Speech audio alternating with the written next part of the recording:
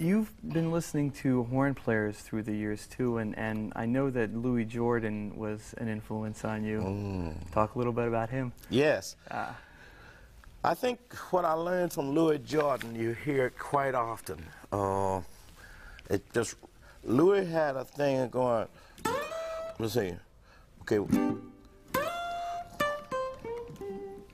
with his horn. Oh, again. So that's the way he was phrased on his horn. So I got started doing it with the guitar because it seemed it's the only way I could hear things. So I would start again.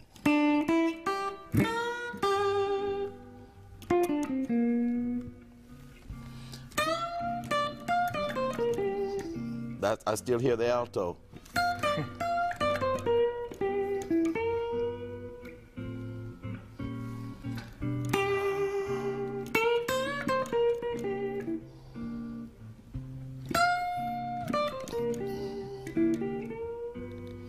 I'm still hearing the horn.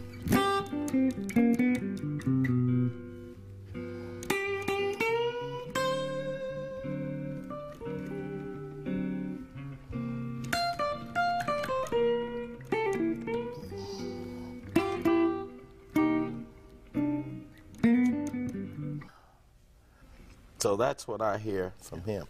And I guess that's a big part of, because when I try to phrase like that, I can still hear, you know, it's not so staccato like well, the guitar's supposed to be, you know.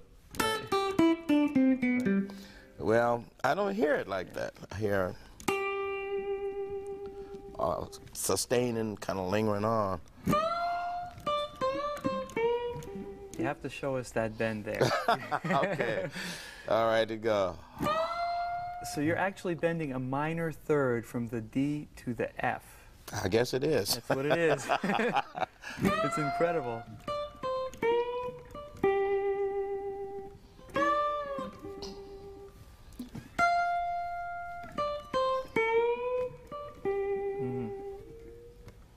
So I might hear that last part, that when I hit that, what am I hitting here? Oh, that A again.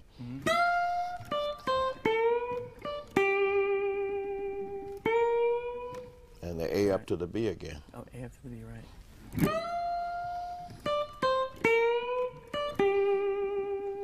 I've never sat down and thought about it as we are talking, so it's just something I hear. Yeah.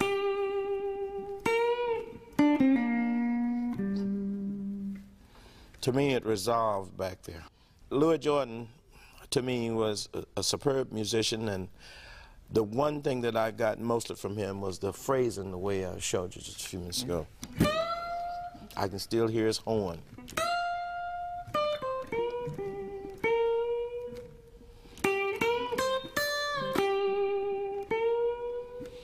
So let's talk about some of your other jazz influences, Johnny Hodges, Lester Young. Yeah, Johnny Hodges, Lester Young, also the trumpeter Bobby Hackett. All three of these guys was a big influence on my trying to learn to phrase.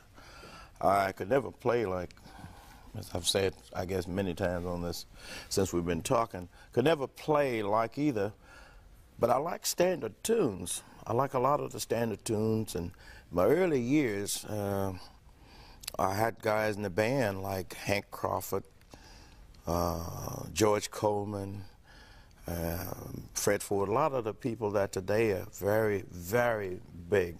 Even my first record I cut, Phineas Newborn was on it, and also was his brother Calvin.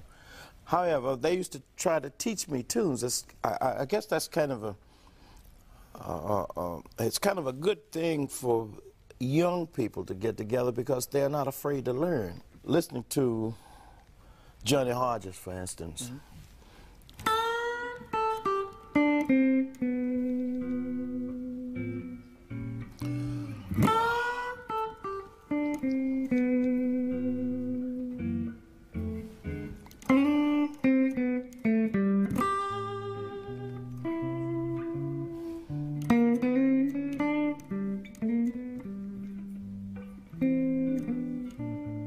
I guess if I had kept going, I would. But I like the way he seemed to just lay on and. But it's funny how you're phrasing that completely B.B. It's completely your own style. You got the bends and the legato and the trills and everything. Well, that's the way I feel it. And if I was going to keep, playing it, that's the only way I see that I could make it sound. Because when I hear him play it, then I'm like that, Do you phrase differently on a slow groove or on a fast groove? Yes, it would be different because if I was playing, or just take this thing, or 8-bar thing.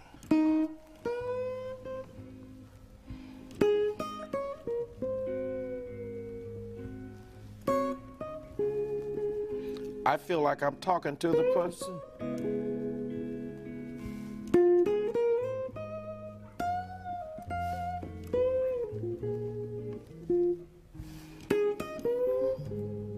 I feel like I'm talking to the person. Oh, it sure sounds like it.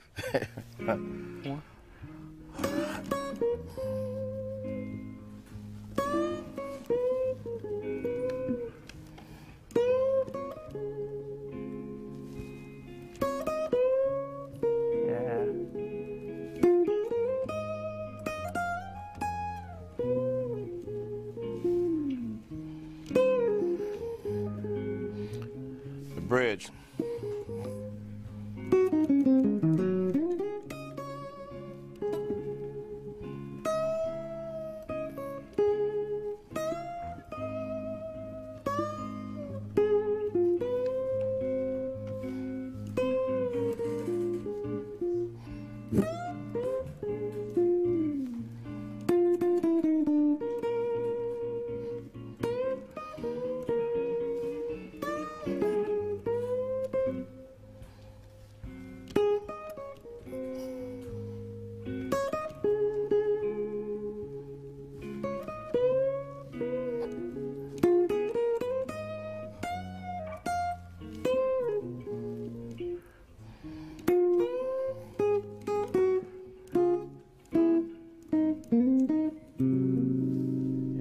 Yeah, that's great.